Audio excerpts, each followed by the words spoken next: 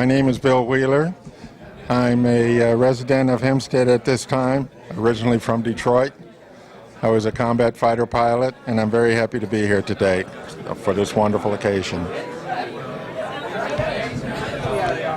My name is Victor Terrelong. I'm a Tuskegee Airman. I'm from Jamaica, West Indies.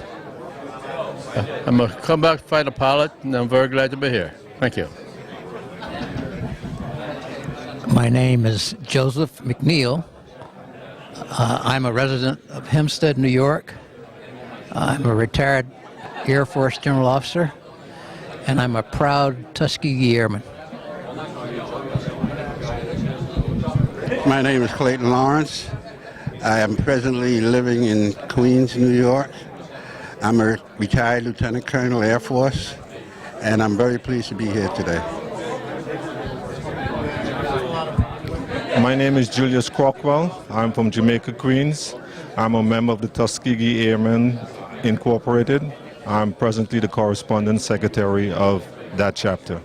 I'm very happy to be here today. Everything indicates on your lapel you're part of the Tuskegee Airmen. That is correct. What a great history you're part of, sir. Please, for the benefit of our viewers who maybe are not aware of what the Tuskegee Airmen were and what it's all about, can you tell us a little bit? Yes, well, it started back in 1941 when President Roosevelt decided to build an airfield in Tuskegee, Alabama. Tuskegee was originally Tuskegee Institute, which was formed by Booker T. Washington. In 41, the president ordered a field to be built there, and that Tuskegee Airmen would be trained there. However, we had a lot of prejudice in those days, and they felt that we could not handle anything that required technical issues. But when Mrs. Roosevelt came down and she seen that we could fly planes, she went up in a plane with a gentleman by the name of Johnson. And then she went back to Washington, told her husband what she had seen, and that started the Tuskegee Airmen in Tuskegee, Alabama. And how many airmen were part of the original There were group? 996 pilots and 15,000 support group. You had to have men to load the planes, the bombs, the machine guns, and things of that nature. I was a medical technician. I handled the medical part. And what you guys accomplished was the equivalent of what Jackie Robinson did. It was the first time in the military, which was segregated. Yes, it was. And to move into the field that you did, what an honor to even be with you and to know of your story.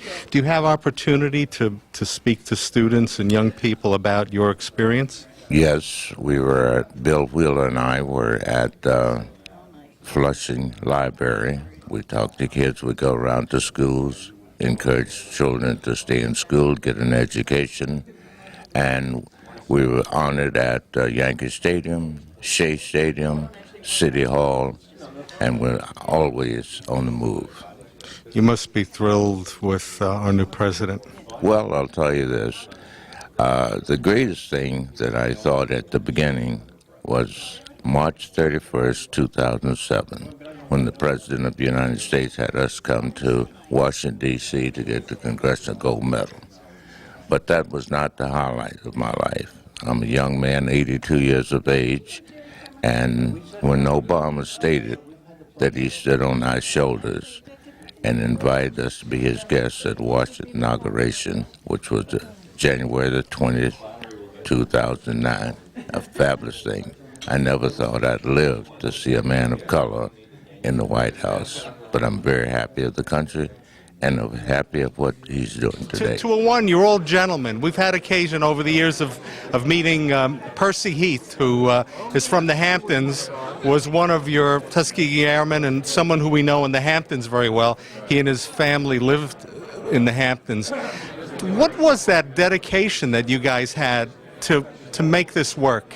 You had to fight to get your wings and your commission. After that, it was just a dedication. But is it love of country? We got to Tuskegee and got to know the guys that came there. We bonded together and became brothers. The reason we bonded together is because we were hand-picked. We had to go through rigorous tests to qualify to even become a cadet. And most of us had college behind us, or we were in college at the time we were selected. So that developed in us an esprit de corps that lasts until this day. We have 49 chapters throughout the country. 51, Bill. 51. But 201, you guys defended America before America supported you guys.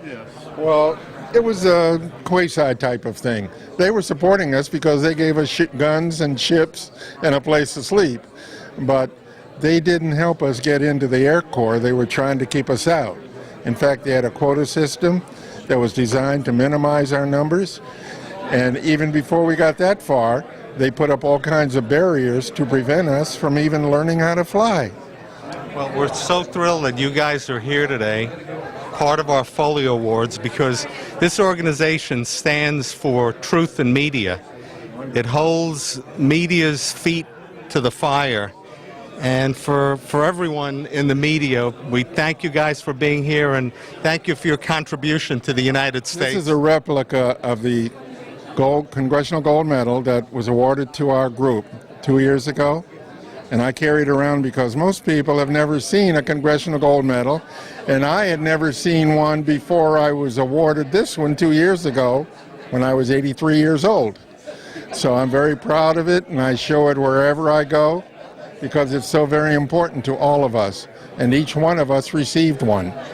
So it's a keepsake for life, and it's part of our legacy. We're very happy that they awarded this to us, even though it was 65 years after the event. But, you know, better late than never, they say, right? Better late than never. Yes, yes. Congratulations. Indeed. Thank you. To all of you guys. And I think earning these medals has kept all of you guys young. Oh, no question. We have to live up to the spirit of this and the tradition, okay? And that's what we try to do. And we go everywhere we can to spread the wealth about our history.